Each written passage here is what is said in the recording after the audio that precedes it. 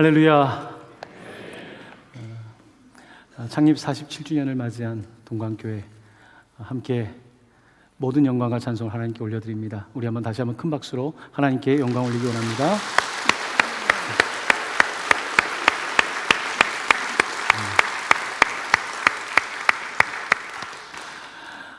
특별히 교회를 개척하시고 오늘까지 기도하시는 우리 선배님들께, 또한 다양한 모습으로 이름도 없이 빛도 없이 섬기시는 모든 성도 여러분께 감사를 드립니다. 우리 옆에 있는 분들께 서로 우리가 교회 아니겠습니까? 서로 47주년 축하드립니다 하고 인사 나누겠습니다. 47주년 축하드립니다. 축하드립니다.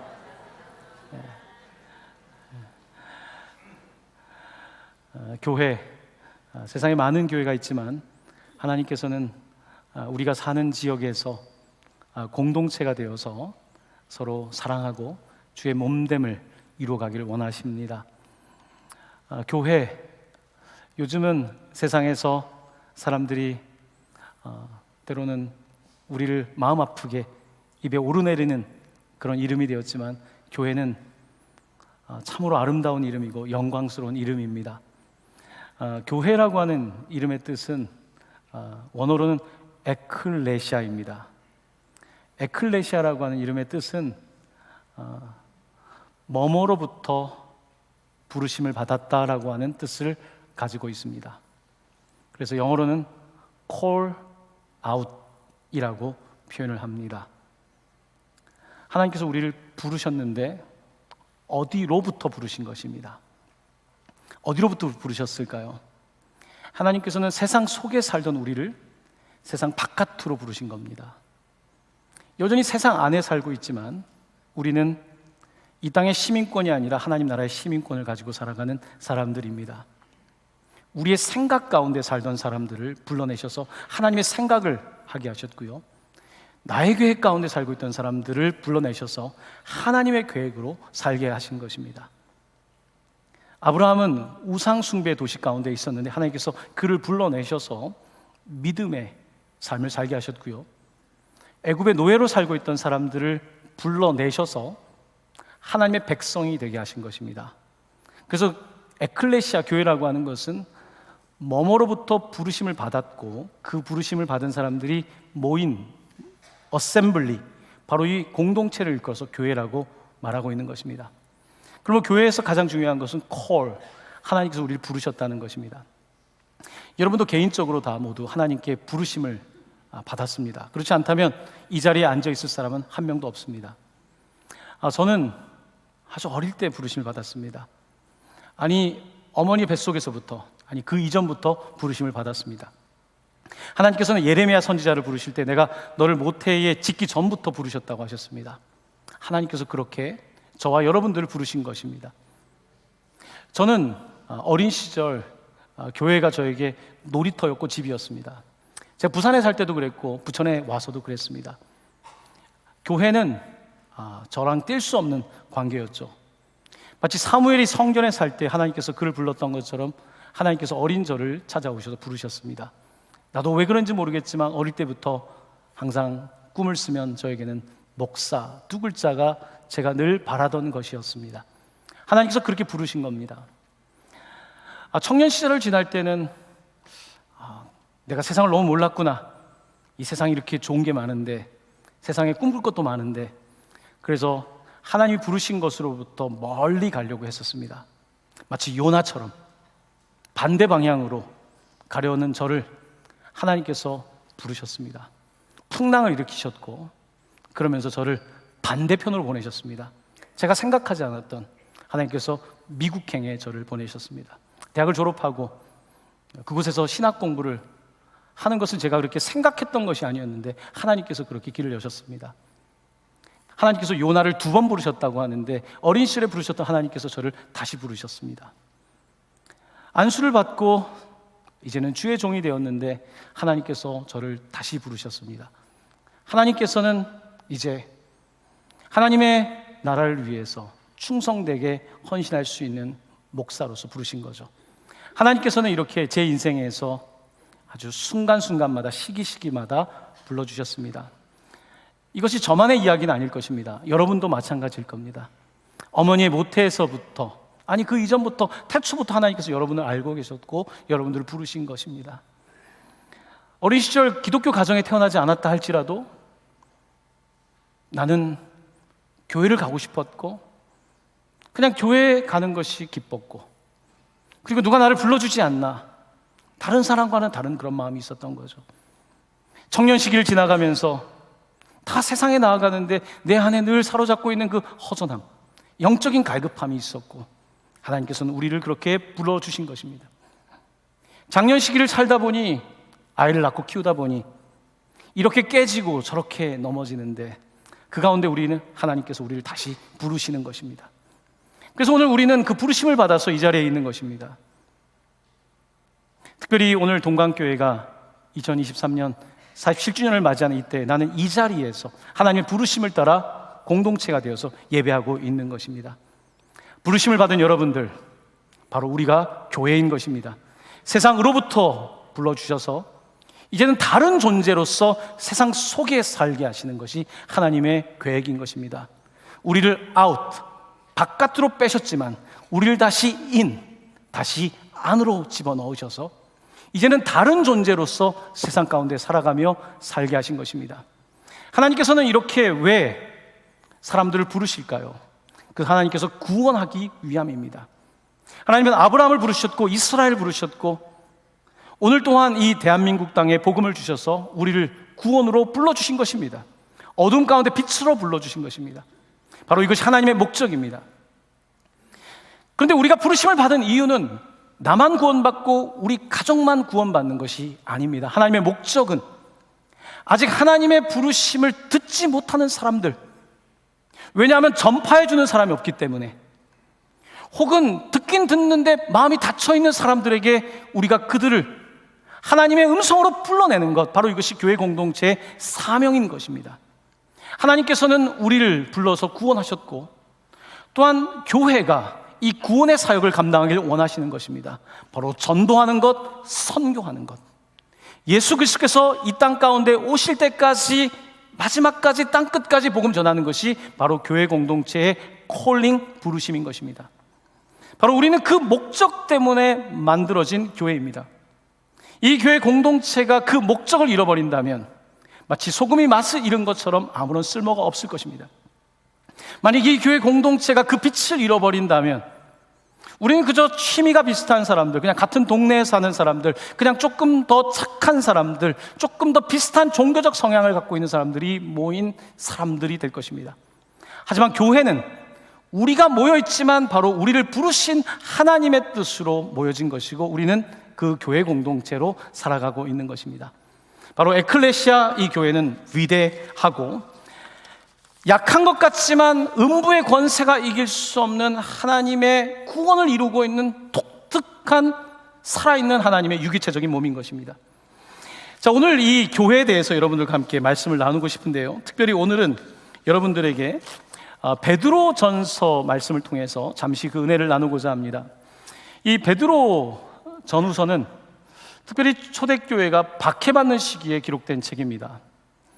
박해라는 말이 우리에게는 굉장히 생소하게 들릴 수 있습니다만 전 세계에 지금도 박해받고 있는 성도들이 무척 많습니다. 근데 그 박해 속에서 놀랍게도요, 교회는 성장의 성장을 거듭합니다. 그러니까 박해를 받을 때 우리가 걱정할 것이 아니라 하나님께서 이제 더 위대한 구원의 일을 시작하시는구나, 이것을 깨달으면 되는 것입니다.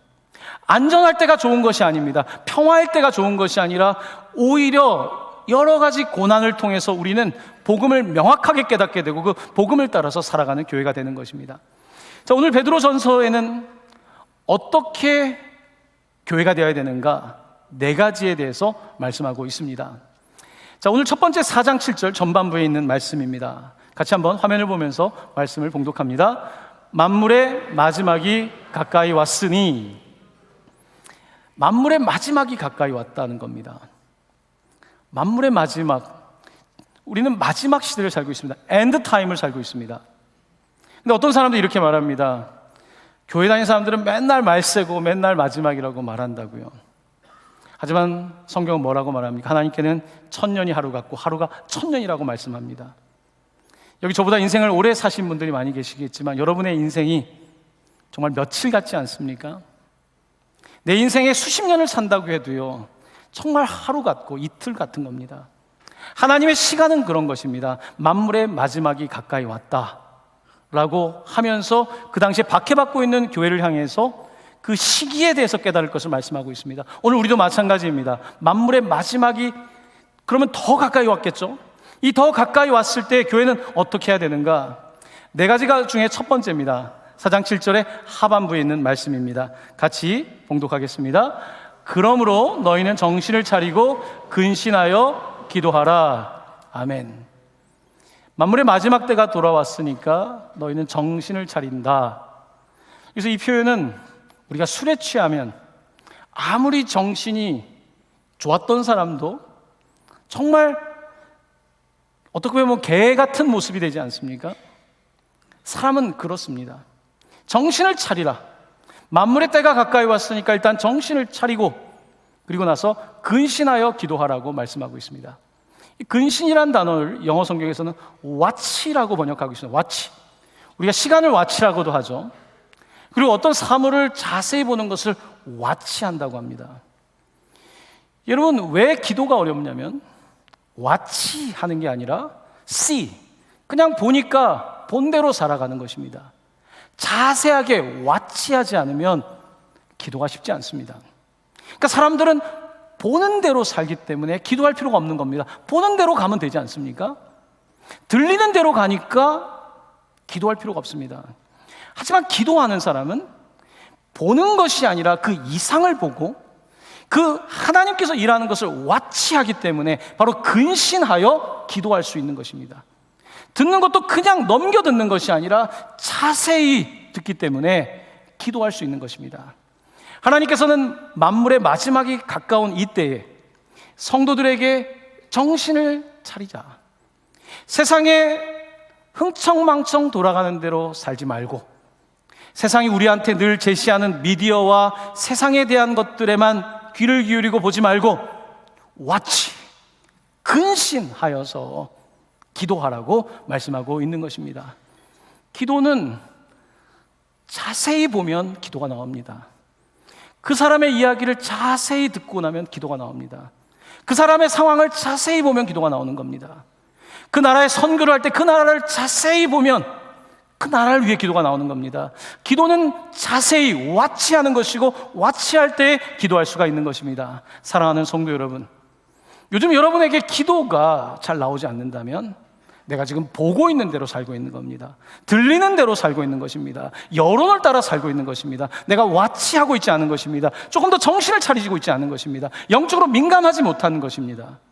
그렇게 될 때에 교회는 그냥 박해가 있으니까 그때그때마다 모면하는 삶을 살겠죠. 조금 더 깨어서 적극적인 하나님의 뜻을 따라가는 기도자로서 살 수가 없는 것입니다. 그러면 첫 번째는 만물의 때가 가까웠기 때문에 정신을 차리고 기도하는 것이 첫 번째입니다. 자, 두 번째입니다. 두 번째는 4장 8절 전반부입니다. 같이 화면의 말씀 읽겠습니다. 무엇보다도 뜨겁게 서로 사랑할지니. 무엇보다도 뜨겁게 서로 사랑하랍니다. 자, 말세의 특징 중에 하나는 디모데에게 주신 사도 바울의 편지를 보면 디모데후서 3장 2절로 4절까지의 말씀인데요, 제가 중간에 있는 단어들은 생략하고 사랑이란 단어가 들어간 말씀으로 이 말씀을 읽어보겠습니다. 말세에는 사람들이 자기를 사랑하며 돈을 사랑하며 쾌락을 사랑하기를 하나님 사랑하는 것보다 더하며. 말세도 사랑이 나타난다는 것입니다. 근데 그 사랑은 거짓 사랑이고 병든 사랑이라는 것입니다. 사람들이 자기를 사랑한다는 것입니다. 자기 사랑이 좋다고 세상은 말하죠. 하지만 놀랍게도 자기 사랑은 사실은 굉장히 이기적이고 하나님과는 무관한 사랑일 가능성이 높습니다. 자기를 사랑하고 돈을 사랑하고 쾌락을 사랑하기를 하나님 사랑하는 것보다 더 사랑한다고 가르치고 있습니다. 이런 사랑들은 우리의 보통 육체적인 에로스의 사랑이고요, 인간적인 교류를 하는 어떤 우정의 사랑이라면 오늘 본문에서 말하고 있는 이 사랑은, 베드로전서 4장 8절이 말하고 있는 사랑은 아가페라는 단어를 사용하고 있습니다. 무엇보다도 뜨겁게 사랑할지니. 뜨겁게 사랑하라고 할 때 이 뜨겁게라고 하는 원어가 흥미롭습니다. 뜨거운 게 여러분 뭐라고 생각하십니까? 이 본문의 의미는, 뜨겁다는 것은 옆으로 확장된다는 뜻을 갖고 있습니다. 모닥불을 피워놓으면 그 불이 주변으로 확장되지 않습니까? 얼마 전에 히말라야를 갔다 왔는데 그 산장에 가면 굉장히 산속이기 때문에 춥죠. 거기에 난로를 핍니다. 난로를 피면 사람들이 옷도 말리고 그렇게 하는데 밤새 나무를 피진 않아요. 한번 피워놓고 자는 거예요. 특별히 짐을 들고 있는 짐꾼들이, 포터들이 그곳에서 잡니다. 그곳에 있는 온기 때문에 자는 거예요. 무엇보다도 뜨겁게 사랑하라고 할 때 이 뜨겁게라고 하는 것은 펼친다, 확장시킨다는 뜻이 있습니다. 하나님의 사랑은 이렇게 덮는 것이 아닙니다. 하나님의 빛은 덮는 것이 아닙니다. 여기서 사랑의 의미는 펼치는 것입니다. 자, 무엇보다도 사랑을 펼치라고 말씀하고 있습니다. 확장하라고 말씀하고 있습니다. 사랑이라고 하는 것은 움츠러드는 것이 아니라 확장하는 것입니다. 사랑이라고 하는 것은 경계를 넘는 것입니다. 경계를 넘어서 저 사람에게 다가가는 것이고, 경계를 넘어서 그 사람에게 호의를 베푸는 것이 사랑입니다. 바로 그렇게 뜨겁게 사랑하라는 것입니다. 그냥 가슴이 뜨거워지는 어떤 감정을 말하는 것이 아니라 사랑의 확장성을 말하고 있고, 이렇게 사랑이, 그리스도의 아가페의 사랑이 확장될 때 뜨거운 온기로 인하여서 4장 8절 후반부입니다. 사랑은 허다한 죄를 덮느니라. 사랑은 보통, 말세 사랑은 굉장히 자기중심적 사랑이고요, 소비적인 사랑이기 때문에 쾌락을 중심으로 하는 사랑입니다. 그런데 오늘 본문의 사랑은 자기중심이 아니라 타인을 돌아보는 예수 그리스도의 사랑을 말하는 것이고요, 이 사랑은 허다한 죄를 덮는답니다. 바로 용서를 말하고 있습니다. 요즘 우리는 더 말세의 징조를 보고 있습니다. 서로 용서가 없죠. 단절. 다른 사람에 대한 배려보다는 나. 그러니까 교회뿐만 아니라 공동체가 깨지는 거죠. 학교가 깨지고, 직장에서의 사회가 깨지고, 지역끼리 깨지고, 나라와 나라 사이에, 민족과 민족 사이에 바로 말세의 자기 사랑이 나타나고 있는 것입니다. 사랑을 소비하는 것입니다. 사랑은 소비가 아닙니다. 사랑은 계속해서 나 중심의 소비가 아니라 펼치는 것입니다. 주는 것입니다. 바로 그렇게 할 때 이 사랑이 허다한 죄를 덮는다, 커버하고 용서한다고 말씀하고 있습니다. 사랑하는 성도 여러분, 교회의 가장 중요한 징표는 서로 사랑하는 것입니다. 우리 세상의 빛 동강교회가 서로 사랑하는 교회가 되기를 간절히 축원합니다. 사랑의 열기가 더해져서 우리끼리가 아니라 옆에 있는 이웃들에게, 또한 열방으로, 나라들로 그 사랑이 펼쳐질 수 있기를 바랍니다. 자, 세 번째입니다. 세 번째는 4장 9절입니다. 우리 이 말씀을 같이 읽겠습니다. 서로 대접하기를 원망 없이 하고, 서로 대접하기를 원망 없이 하랍니다. 이 대접이란 단어는 굉장히 좋은 단어죠. 특별히 아브라함은 이 나그네를 대접하고 나서 큰 복을 받죠. 그 아들에 대한 약속을 받게 되죠. 이 대접이라고 하는 것은, 특별히 나그네를 대접하는 것은, 나와 기브 앤 테이크의 관계를 넘어서서 누군가에게 호의와 선의를 베푸는 대접은 그 가정에 복을 가져오는 거죠. 서로 대접하라는 것입니다. 근데 이 대접이라는 단어가 우리 한국 사회에서 건강한 모습에서 건강하지 못한 모습으로 바뀌었죠. 접대라고 하는 표현. 접대한다, 접대받는다. 이것은 이해관계에 의해서 이루어지는 일들이죠. 교회 공동체는 어떤 이해관계 때문에, 비즈니스 관계 때문에 서로 접대하는 그런 관계가 아닙니다. 서로 대접하라는 것입니다. 이 대접이라는 단어가 영어 단어로는 hospitality라고 말합니다. hospitality. 하스피털 아시죠? 병원. 바로 병원은 사실은 이 대접이란 단어와 같습니다. 조금 더 크게 말한다면 환대. 병원이라고 하는 곳의 특징은 아픈 사람들, 너무 아파서 걸을 수도 없고 너무 아파서 밥을 먹을 수 없는 이런 사람들을, 그들을 환대하는 것, 대접하는 것, 그것이 하스피털인 겁니다. 여기서 나온 단어들이 다 비슷합니다. 하스피털, 호텔, 호스텔. 이 모든 단어에는 호스트란 단어가 들어가 있습니다. 호스트, 주인. 주인이 내 집에 방을 열어주는 것. 건강한 사람이 아픈 사람들을 위하여 사마리아 사람처럼 돌보는 것. 바로 이것이 성경이 말하고 있는 대접인 것입니다. 교회 공동체가 서로 대접하라는 것입니다. 네팔에 가면요, 이 호텔 이런 것들이 산마다 발달되어 있지 않으니까 교회 교인들이 어떻게 하냐면 서로 다른 지역을 가게 되면 교회에서 잠을 잡니다. 교회 가면 다 뒤에 방이 있고 이불들이 많아요. 옛날 우리 시골집처럼 서로 방문하면 처음 만났지만 그 교회에서 잠을 자고 그 교회에서 밥을 차려주고, 이런 전통이 남아있는 거예요. 서로 대접하라는 것입니다. 자, 여기서 근데 원망 없이란 단어가 있습니다. 원망 없이란 단어는 원어적으로 어떤 뜻이냐면요, 뒤에서 말하는 것을 원망이라고 말합니다.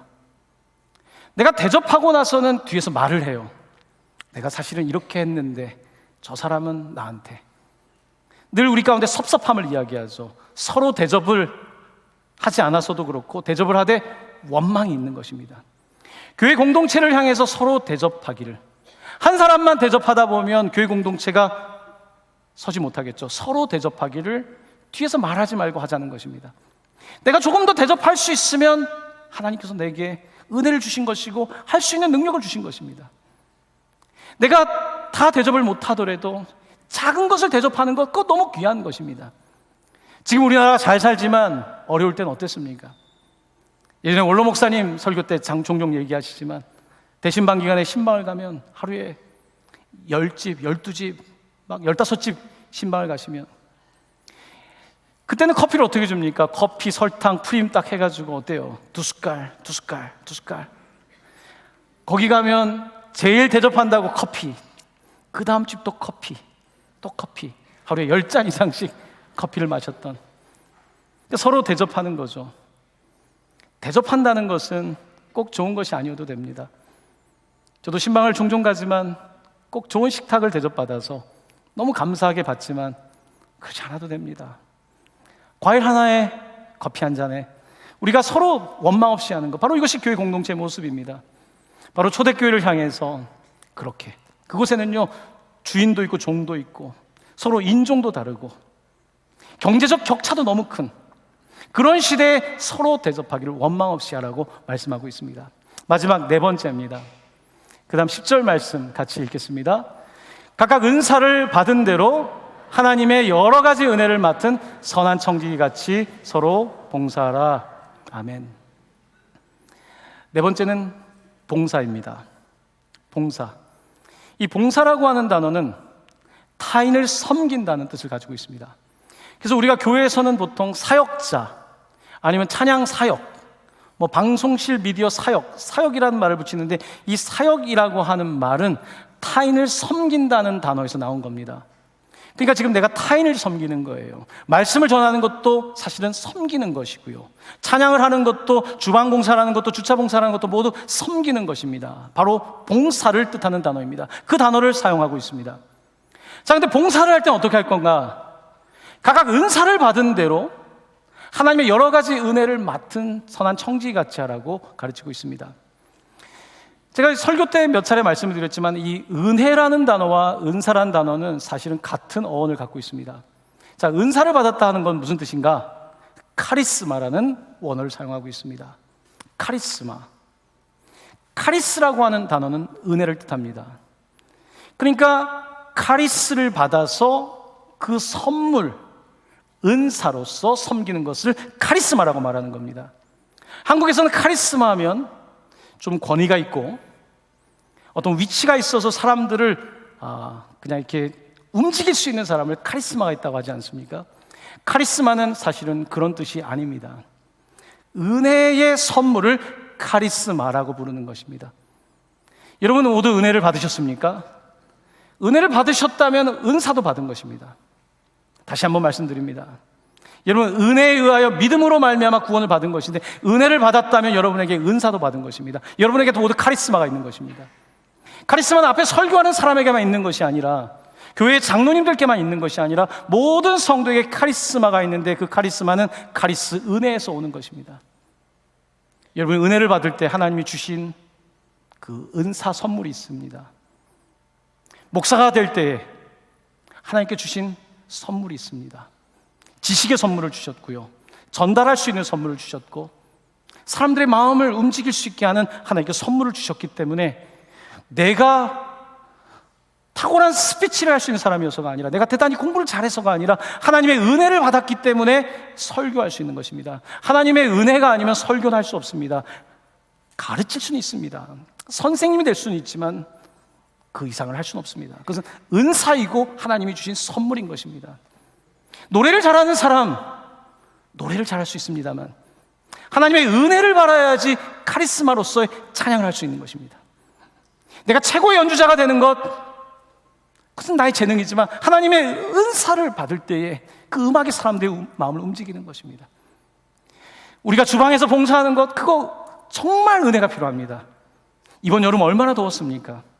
그 음식을 하느라고, 그거 정말 은혜가 없으면 못하는 겁니다.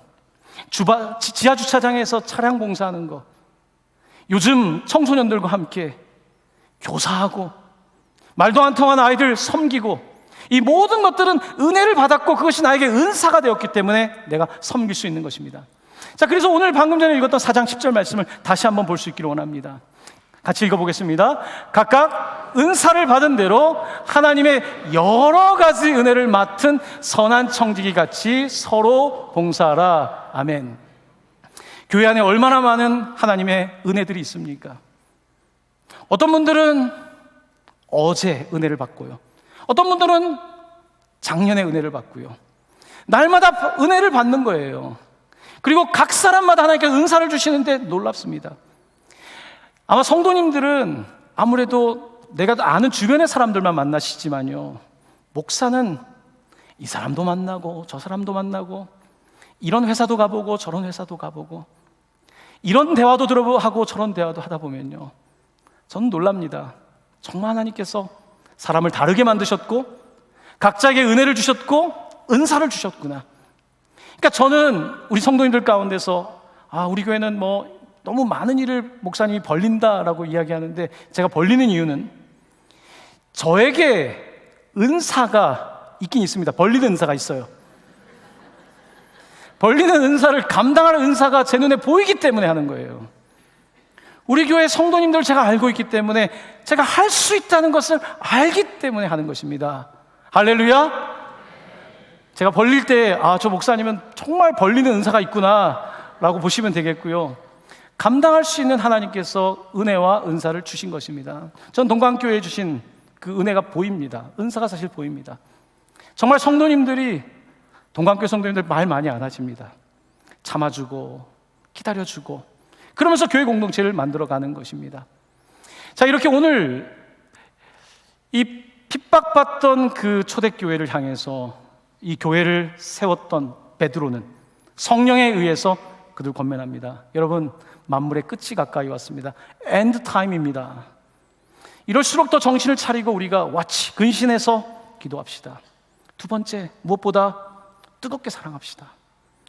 우리가 사랑이 자꾸 더 장작을 더 넣어서 더 펼쳐야 되지 않겠습니까? 동광교회라고 한다면 수천의 장작이 있지 않습니까?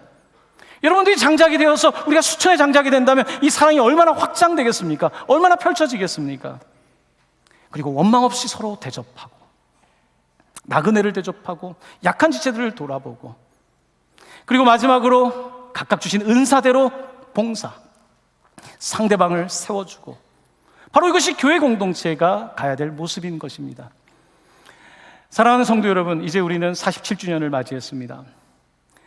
저는 동광교회의 이제 담임 목사로서 제 나이와 동광교회 나이가 별로 차이가 나지 않습니다. 제가 굉장히 감사하게 늘 생각하는 겁니다. 그 나이가 대학 깨닫는 게 있지 않습니까? 예전에 있는 목사님들은 그렇게 얘기를 했다고 하더라고요. 목사도 50이 돼야지 목사라고 했다고 하더라고요. 나이가 들어가야지 깨닫는 게 있죠. 20대 깨닫는 게 있고, 30대 깨닫는 게 있고, 50대, 70대, 80에 깨닫는 게 있겠죠. 저도 가장 한참 때를 지나가고 있지만 동강교회가 가장 한참 때를 지나가고 있다고 생각합니다. 40대, 일하는 나이죠. 막 반짝반짝하죠. 회사에서도 어디서든지. 동강교회는 그런 47세를 지나가고 있습니다. 참 건강하고요, 에너지 있고요, 그리고 우리 선배님들부터 우리 아이들까지 잘 조화를 이루고 있고요.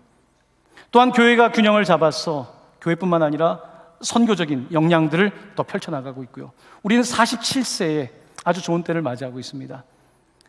어둠이 옵니다. 일하지 못할 때가 옵니다. 은퇴할 때가 옵니다. 교회도 늘 그런 건 아닙니다. 지금 할 수 있는 것을 하는 것이 우리 인생을 잘 사는 방법이라면, 교회가 지금 나이 해야 될 일을 하는 것은 교회가 정말로 감당해야 될 일인 것입니다. 교회가 이렇게 저렇게 세워지는 것이 참으로 감사합니다. 코로나가 지나고 올해 첫 번째 해를 맞이했습니다. 제가 코로나를 겪으면서 좀 새로운 것들을 많이 깨닫게 됐습니다. 보이는 것 이상을 봐야 되겠다는 그런 마음을 코로나 때 하나님께 주셨습니다. 올해 이제 뭔가 회복을 얘기하지만 여러분, 무슨 회복이 크지 않지 않습니까? 러시아 우크라이나 전쟁이 있고요, 이스라엘과 팔레스타인 전쟁이 있고요, 대한민국도 끊임없는 뉴스와 사건들 속에서 오늘 우리는 복잡한 시대를 살고 있습니다. 이런 시대를 살아가면서 교회란 무엇일까? 하나님께서는 여러분들을 부르셨습니다. 부르셨어요. 목사로, 장로로, 권사로, 집사로 어떤 사역을 감당할 수 있는, 그 봉사를 감당할 수 있는 은사와 은혜로 부르신 겁니다. 이 놀라운 부르심을 받은 저희들이 함께 에클레시아가 되어서 우리가 죄 가운데로부터 부르심을 받아서 이제는 세상 안으로 들어가서 세상의 빛이 되는 것, 바로 이것이 우리 교회 공동체가 계속해서 나아가야 될 방향인 것입니다. 부르심은 정말 귀한 겁니다. 153 학교를 세우고 6년이 되었는데요, 처음으로 이제 6학년 학생들, 그 이상 학생들과 함께 수학여행을 갑니다. 이제 딜라이트 일본의 저희 선교센터가 리모델링을 어제 마쳤습니다. 오늘 예배를 끝나고 모든 성도들이, 30명도 채 안 되는 성도들이 청소를 하신다고 하더라고요. 아이들이 도착하기 전부터 선교사님과 성도님들이 아이들의 이름을 부르며 기도한다는 이야기를 들었습니다. 콜, 부르는 거죠. 이름을 불러주는 것이죠. 그들을 대접하기 위해서 교회가 준비하고 있는 거죠. 그런데 이런 모든 일들은요, 서로 대접했기 때문에 일어난 일입니다. 올해도 홈스테이를 10가정에서 했는데요, 일본의 많은 성도님들이 얼마나 큰 위로를 받았는지 모릅니다. 그 가운데 어떤 가정의 고백입니다. 아이가 일본에서 수학여행을 가야 되는데 공황장애, 사람들이 있는 곳에 가는 것이 두려워서 아이를 혼자 보낼 수가 없어서 이번에 아이를 데리고 한국에 왔다는 거예요. 홈스테이를 하면서 같이 예배를 드리면서 아이가 떠나갈 때 회복이 됐다는 거예요. 아이의 마음이 녹아지기 시작했고, 이런 비행기 타고 새로운 데 와서 적응을 한 거 아니에요. 그곳에서 이름을 불러주고 기도하고. 제가 올해 일본 목사님들께 들었던 이야기입니다. 목사님, 그냥 우리를 잘해주는 것이 아니라 저는 동강교회 성도님들이 우리를 위해 기도하고 있다는 것을 정말 진심으로 느꼈습니다. 이것이 바로 교회 공동체 모습인 것입니다. 우리랑 아무 상관이 없는 것 같지만 관계들이 만들어지기 시작한 것입니다. 네팔의 저희들은요, 네팔은 외국인이 부동산을 구입할 수 있는 곳이 아닙니다. 동강교회는 그곳에 NGO를 세우고요, 그곳에 모든 것들을 주기 위해서 하고 있는 것입니다. 학교도 주고요, 그 다음 여성센터를 세우려고 하는데 주는 것이고요, 태국에도 NGO를 세웠습니다. 법인의 이름은 세상의 빛입니다. 네팔은 동광이고 이쪽은 세상의 빛이에요. 저희들이 외국에 세운 법인이 2가지입니다. 계속해서 하나님께서는 우리에게 그냥 똑같은 모습이 아닐지라도 그리스도 안에서 형제와 자매가 되게 하여 주시고, 우리가 받은 은혜가 너무 감사하기 때문에 47년 전에, 아니 우리 이 땅 가운데 주신 복음이 너무 감사해서 우리는 그 복음을 주고 싶은 것입니다. 그것은 세상의 방식이 아니라 바로 하나님 나라의 방식으로 함께 나누는 것, 바로 이것이 교회인 것입니다. 세상의 빛 동강교회는 하나님이 기뻐하시는 교회입니다. 사랑하시는 교회입니다. 이번 주에 기도를 하는데 하나님께서 저에게 그런 마음을 주셨습니다. 내가 동강교회를 사용하겠다. 내가 동강교회를 사용하겠다. 주여 사용하여 주시옵소서. 우리를 사용하여 주시옵소서. 하나님께서 여러분들을 사용하십니다. 바로 우리가 모두 교회인 것입니다. 사랑하는 성도 여러분, 47주년 맞으신 것 축하드립니다. 이제 건강하게, 우리 교회는 80 넘으신 분들도 47세처럼 모두 가장 좋은 때라고 생각하시고 오늘의 시기를 잘 살아내셔서 건강한 교회, 아름다운 교회, 선교하는 교회로 주께 영광 올려드리기를 예수님의 이름으로 간절히 축원합니다. 아멘. 이 시간 함께 찬양 드리겠습니다.